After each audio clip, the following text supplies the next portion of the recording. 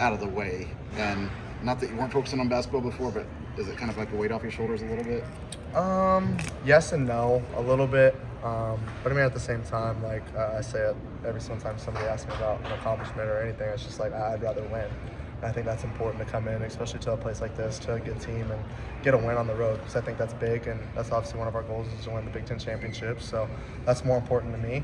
But I mean, again, it still is awesome to get it out of the way and finally be able to focus a little bit more and be a little bit better. So I imagine you grew up watching Big Ten basketball. I mean, just what does it mean to you just to see like some of the names you're up there above now? Yeah, no, I mean, it's like I said, just obviously something cool to see and be a part of. But I mean, at the end of the day, I'm here for something bigger than that, and that's to win a national championship. So that's really our main focus. Did you feel the record on the court? Yeah. Those last 8 minutes defensively, I think I was just non-existent.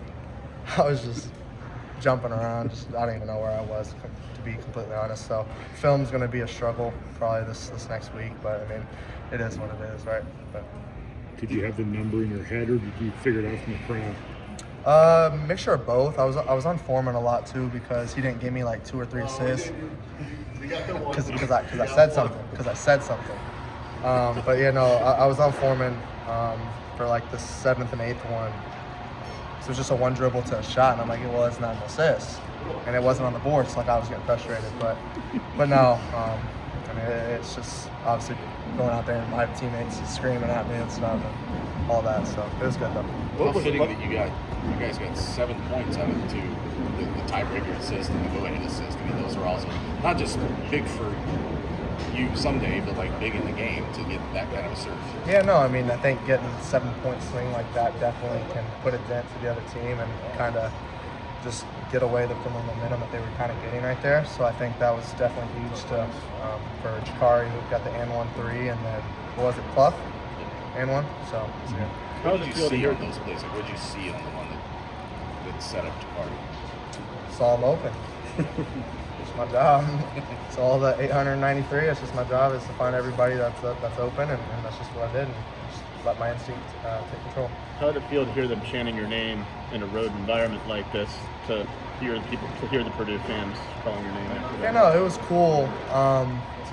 Something frustrated me though is some people were talking a lot in that front row over there, and I was just like, you're not like listening to what's going on out here, like, and you're talking to me, calling me too small. So I was like, that doesn't make sense. Like, too small, but the whole opposing arena is chanting my name. That just doesn't look very good on you. So, but no, it was cool to be a part of. But I can't wait for my podcast to talk about that one. Aside from what you accomplished, I think CJ gave you a spark defensively going to Boyd. What does he bring in that aspect where, you know, he's probably your 5th offensive option when he's on the floor, but he gives you a lot on defensive side too. Yeah, no, I mean, like, it's just like everybody on this team knows their role, and obviously he's capable to score offensively and has proven that in many games. But for him, it's to guard the best player for them, and he does it every single night. So for us, it's really no difference. It's just like it's another night for CJ doing his job and doing what he does best. So I mean, we obviously understand that, and he understands that, and does an unbelievable job doing so. Have you had like a picture in your head of how you want these record-breaking assists to look? Like, obviously, Zach can't come back and throw down a lob or anything like that, but have you? I mean, no, I just hope I get there. That's just the biggest thing, is just hoping to get to that point to where there's an opportunity for that to happen. And obviously this one's out of the way, but or at least I'm aiming for the bigger one, and that along with winning a national championship. So hopefully we get it to that point, and then whatever happens at that point. How big one is in the Division I record? Or? Yeah.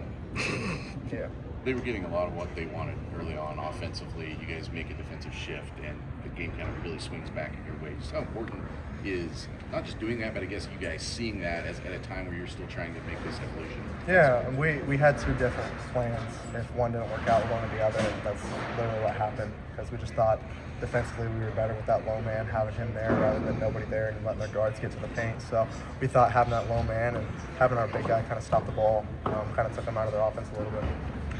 How much does you, Fletcher, Trey being here for 4 years together help what you guys can do through the off season, through the season, just everything? Yeah, it's just the experience, and obviously we're really comfortable, and obviously playing together for so long and so many games that it's it's just muscle memory and knowing where everybody's at, knowing how to play together, knowing the right things to do and not to do on the court, and all that kind of stuff. I mean, it's obviously a plus having a core like that, and it's obviously gives us an advantage.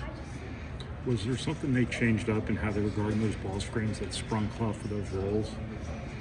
I mean, we knew that they'd be aggressive, or at least I knew they'd be aggressive to start the game, and I know almost every single game I played in, it doesn't last for a full 40 minutes, so I knew things would start to open up kind of once the game started to get in a groove and stuff. But yeah, no, they just switched it up. I don't even know what they were doing, if I'm being completely honest. I was trying to figure it out, and that's not a shot at them at all, so don't take that way. But it was just like I was just trying to figure it out and get outside their shoulders because they were trapping at some point. They were hard hedging, and then they just started to leave gaps open, and I was just trying to get it to Oscar and Trey. Seems like you've grown your mid-range game even more every year.